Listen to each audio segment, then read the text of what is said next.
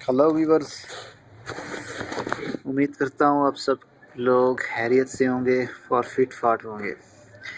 तो आज की मेरी वीडियो पुदीने के बारे में है। लास्ट पार्ट में मैंने फर्स्ट पार्ट में मैंने बताया था कि आपने सीडलिंग कैसे करनी है पुदीने के पौधों की। तो हमने इस ट्रे में सीडलिंग की थी। तो ये काफ़ी दिनों के बाद, आई थिंक 15 दिनों से भी ऊपर हो चुके हैं। तो मुझे टाइम मिल नहीं पा रहा था, तो इसको पानी की प्रॉब्लम हो गई, मतलब दिक्कत हो गई पानी की। मैं पानी नहीं दे पाया इस पौधे को। तो आप देख सकते हैं ये ब्रांच भी निकली थी, पत्ते भी थे, लेकिन पानी ना मिलने की वजह से ये मुरझा चुके हैं। और ये भी आप देख सकते हैं काफ़ी थे, ये भी थे, और ये भी सब के सब ख़त्म हो चुके हैं। सिर्फ एक ही बचा है, एक टहनी बची है, उसके भी पत्ते जो हैं येलो हो रहे हैं। इट्स मीन कि इनको पानी की कमी हो चुकी है। तो ये लिटिल स्प्राउट भी निकल रहे हैं। तो दुख तो हो रहा है, लेकिन खुशी भी हो रही है कि सीडलिंग से हमारे पौधे निकल आए थे, लेकिन पानी ना देने की वजह से ये सब गड़बड़ हो गई। ये देखिएगा लिटिल स्प्राउट छोटा सा निकल रहा है कंपोस्ट में से।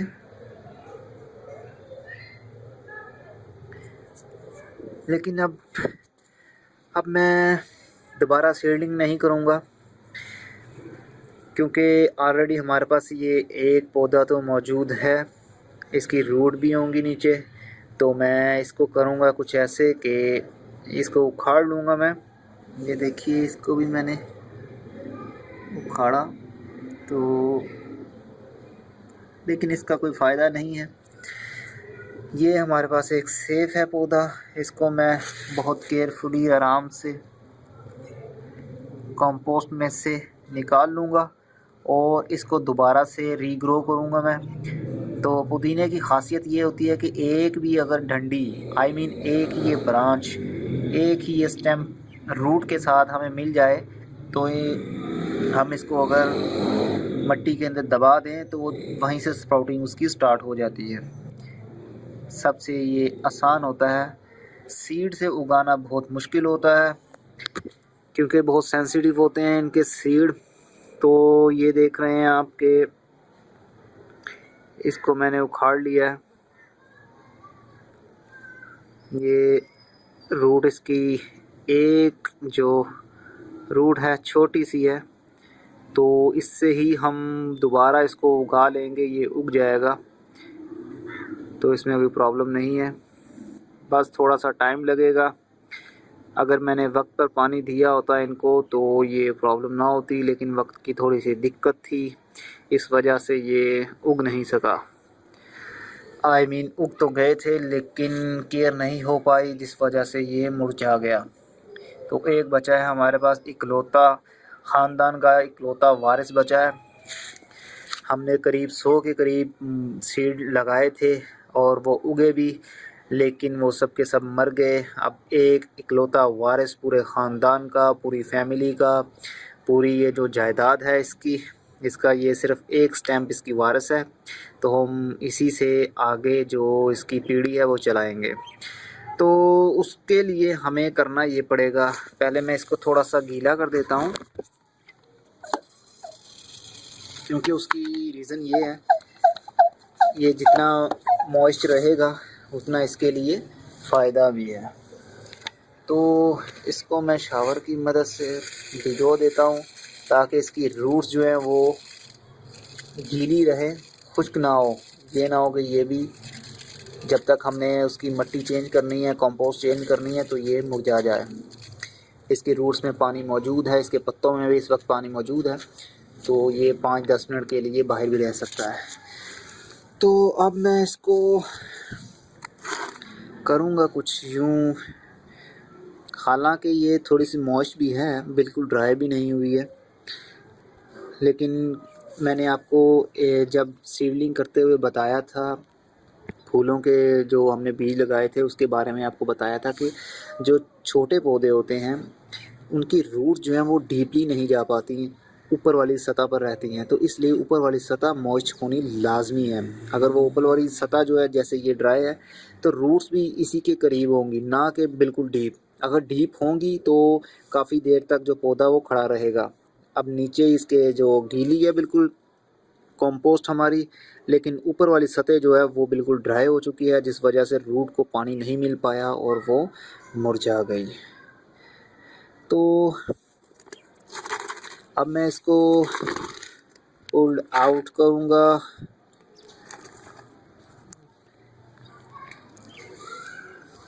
अंदर से देख सकते हैं बिल्कुल ये गीली है, आई मीन मॉइस्ट है, मॉइस्ट इसमें अभी भी मौजूद है। लेकिन अब मैं इसको थोड़ा सा, आप ये कीड़ा भी देख सकते हैं, शायद आपको दिखे,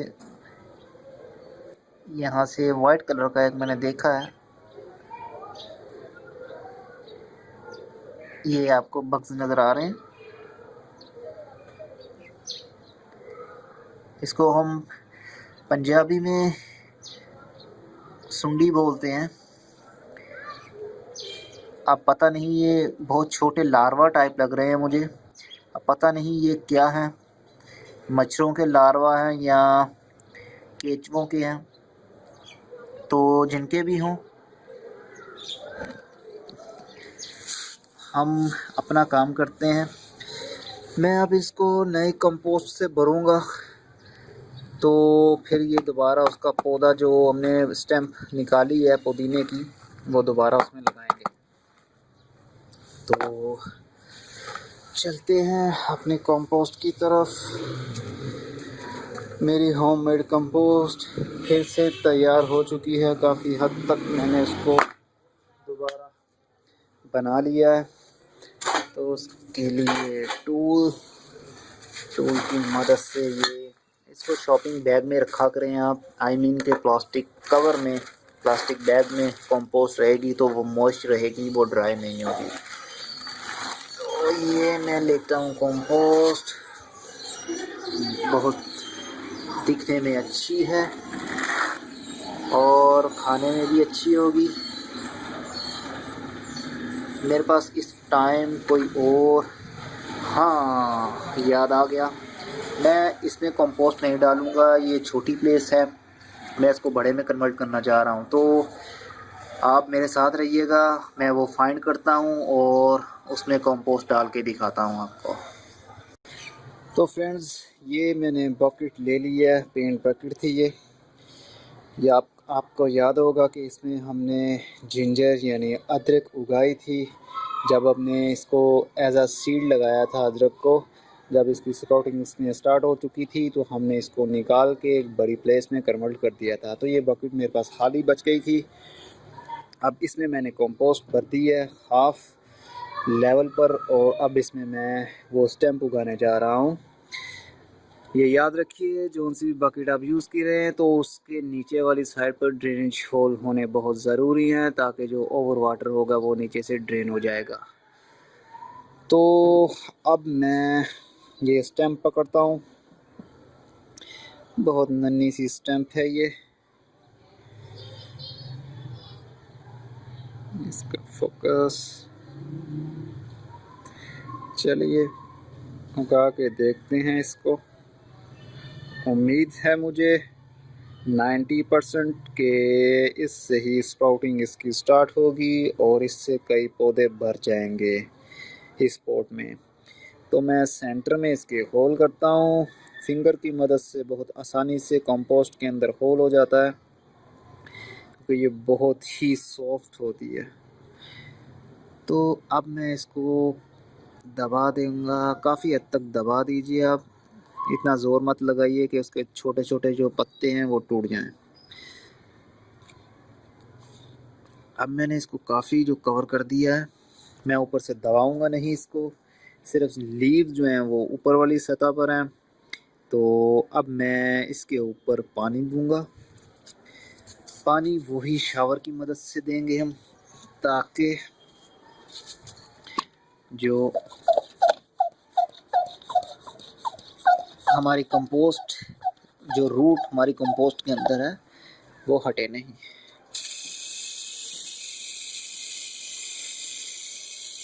इसको फ़िलहाल तो काफ़ी पानी की ज़रूरत होगी।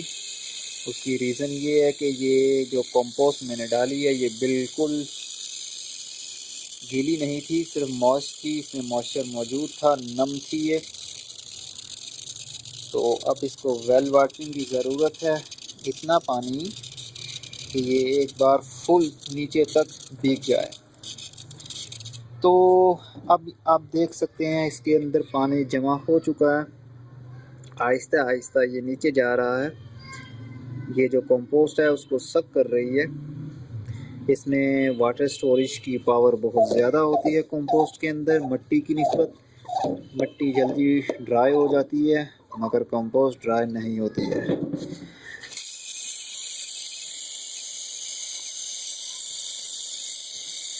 अब मैं आपको यकीन के साथ कह सकता हूँ कि ये जो हमने एक छोटी सी टहनी पुदीने के पौधे की लगाई है, इससे ये पूरा जो ये कंटेनर है, ये बकेट है, ये पूरी की पूरी पुदीने से भर जाएगी।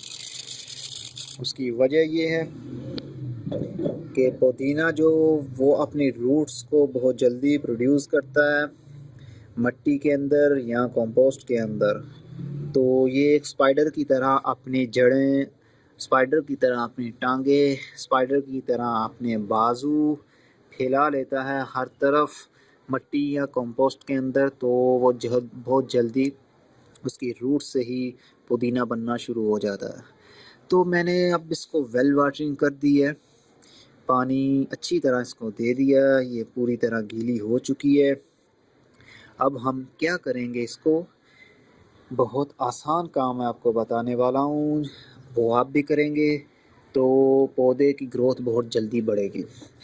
अब आपने गौर किया था कि हमने स्टेम्प उसकी उखाड़ के इसमें लगाई है, तो इसकी रूट्स जो है वो नई निकलेंगी, न्यू रूट्स जनरेट करेगी।